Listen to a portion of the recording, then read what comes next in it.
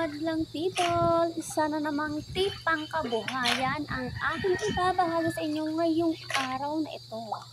Isang tip na aking naisipang gawin upang madagdagan ang aming kita sa aming hanapbuhay na pangangalakal. Nakikita ninyo mga idol o mga madlang people, itong mga takip na ito na aking sinasawsawan dito sa tubig. Yes, yan ay isa kong tinanggal doon sa mga bote ng mantika na aming nabibili sa kalakal upang ito ay iponin. At alam niyo ba na ilang buwan ko din itong inipon ang mga takip na ito hanggang sa ito ay dumami upang gawin ko kung ano ang aking naisip na gawin para madagdagan ang aming kita sa aming hanap buhay na kalakal. Eto na. So nakaipon ako kaya tara na. Gawin na natin kung ano ang ating gagawin dito sa mga takip na ito upang tayo ay magkaroon ng dagdag na income. So let's go! Panoorin nyo lang ang aking video upang malaman nyo kung ano ang aking pinagkakaabalahan at gagawin dito sa mga takip na ito. Ayan. Alam nyo ba na yan ay sobrang dudulas dahil yan ay mantika. Takip ng mantika yan, kaya ayan, ganyan siya karurumi. So, ibubuhos na natin dito sa ating washing upang simulan na natin itong paikutin. Ayan, so kitang-kita nyo naman mga madlang people. Ayan, so pihitin na natin itong ating timer para masimulan na natin ito na ma-washing. Ayan, pihitin na.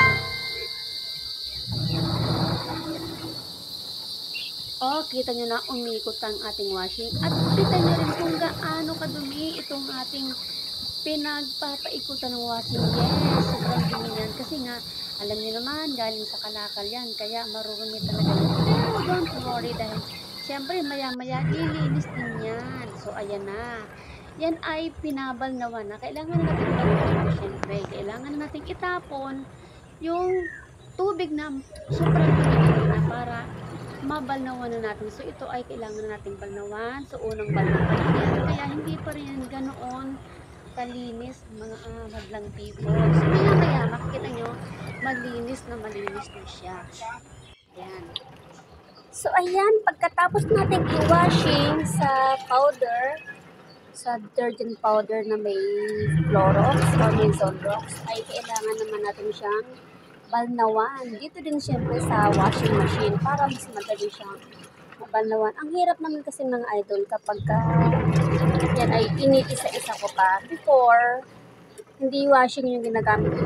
Itong mismong dalawang kamay ang aking nililinis dyan. So, iniisa-isa ko siya na nililinis at kinukuskus, binabrush ko siya. Pero alam niyo ba, sobrang hirap kasi sobrang tagal. So, sa loob ng isang araw is konti lang yung aking nalilinis kasi na iniisa-isa ko siya. So, hanggang sa naisip ko na what if i-try ko kaya siya na i-washing. Dito ko siya sa washing machine linisin. So, kumbaga, mas madali. Kaya lang guys, hindi naman lahat ng takip ay natatanggal yung dumi. So, meron pa rin siyang panaka-naka na yung mga dumi na nakadikit mismo sa takip ay hindi siya natatanggal sa washing. So, yun na lang yung aking kinukuskus like dito. So, may mga nakadikit dito na hindi kaya linisin ng washing. So, yun na lang yung aking pinagtsatsagaan na kuskusin pagka ako'y tapos na sa ganito. Yan, pag natapos ko na siya.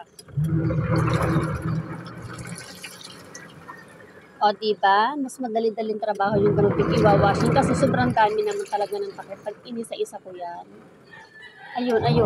Ayan. So, ito. Yan. Kita nyo ito, guys. O, diba? Kita nyo itong puti na to. Hindi siya mas tatanggal sa washing. Yung mga ganitong klase na dumi, ito yung kinukuskus ko after ko na i-washing siya. So, iniisa-isa ko siya na chine-check para makita ko kung meron pang mga dumi na titira kagaya nito.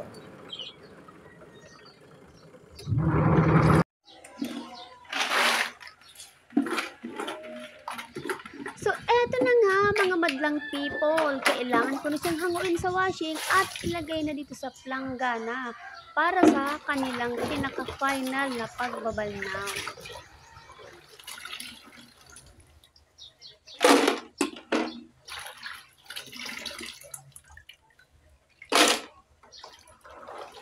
Ayan guys, malinis na siya kasi natapos ko na siyang i-washing. So, binabalawan ko na siya. Ayan. So, yung mga sobrang maruruming takip, napagtsagaan ko ng linisin sa pamamagitan ng pag-washing. At saka ito, kailangan na balawan natin. Ayan.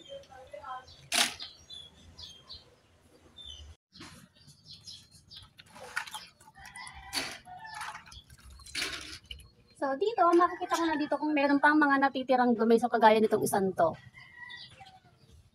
Ayan. Kagaya nitong isang to. So, meron pa siyang dumi doon sa dulo, di ba? Ayan. So, yan guys ay babrushin ko siya para mawala yung dumi dito na nandito sa loob.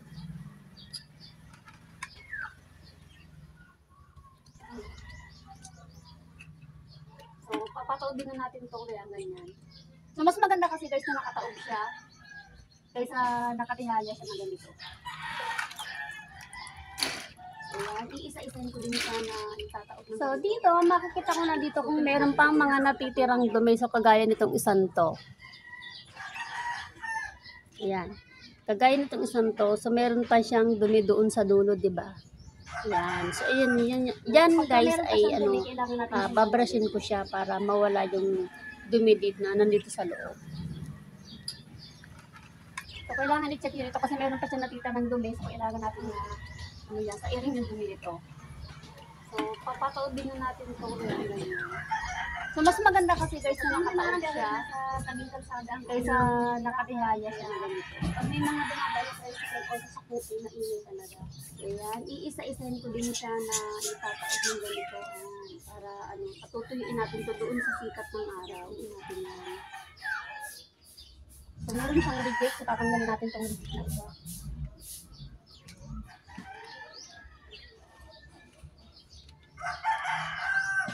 Ayan. So, pagka meron pa siyang dumi, kailangan natin siyang tanggalin.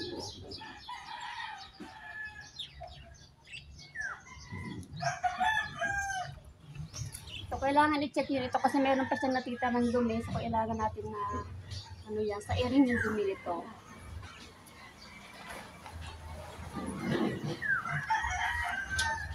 So, pasensya na dahil nasa tabing kalsada ang aming tirahan. Kaya, pag may mga dumadaan na tricycle o sasakyan, maingay talaga.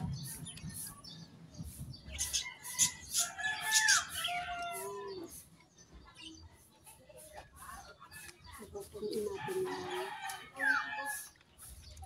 So, meron siyang reject. So, tatanggalin natin itong reject na ito.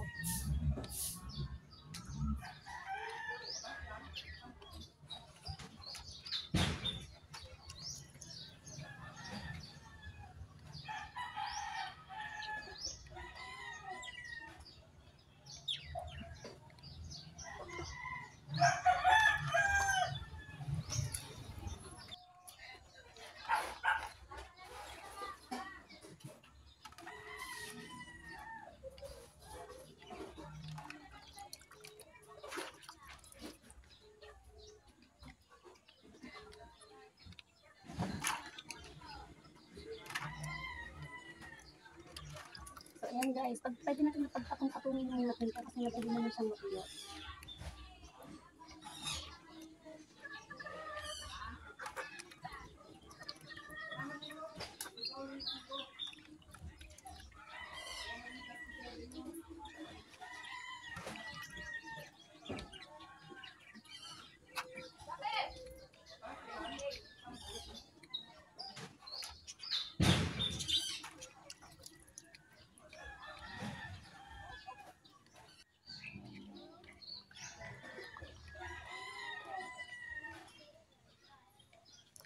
So, ayan mga madlang people, meron na tayong 3 tray na nahugasan na ibibilad.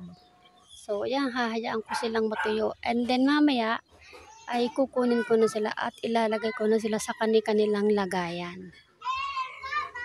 Yan. Eto na yung napagtyagaan ng Rinlin Kalakal na mga takip na ating isa sa mga source of income natin para tayo ay kumita mula sa mga kalakal na aming nabibili. So, eto na nga mga madlang people. Okay na malinis na siya. Ngayon ay itatabi ko na siya, isasama ko na siya dito sa aking lagayan na sako upang ako ay makaipon ng isang sako at ito ay akin nang maipakilo o ma-deliver doon sa mga bumibili nito sa amin sa bayan. Ayan, so mayroon na naman tayong dagdag na income sa pamamagitan lamang ng mga kalakal. Kailangan lamang ay maging masipag at matyaga na magputingting ng mga ito. Ayan, sa madami-dami na yan. Sa mga makakapanood ng aking video, huwag kalimutan mag-like, mag-subscribe at i-share na din para tayo makakuha ng dagdag na viewers.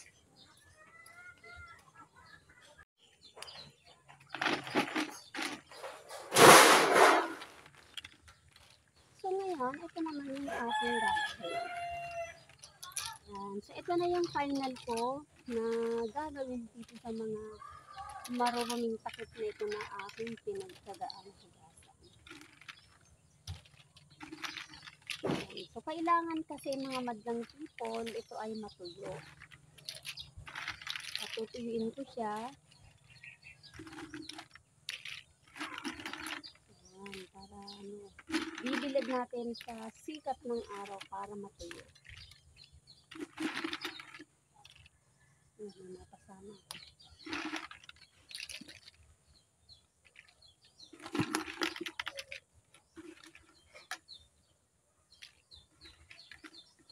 Yan. So ngayon, isa ito na naman sa mga paraan, mga madlang people, para kumita kami sa mga nabibili namin sa Kalakal.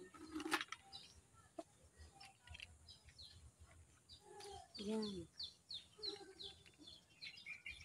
Isa ito sa mga naisip kong diskarte sa aming hanap buhay na pangangalakan. Okay? So, ayan na. Hahayaan ko silang matuyo hanggang mamayang hapon. Hopefully hindi umulan kasi pag umulan, mababasa na naman. Kaya guys, thank you for watching at huwag kalimutan i-share. Like, share, and subscribe. Thank you so much. God bless everyone.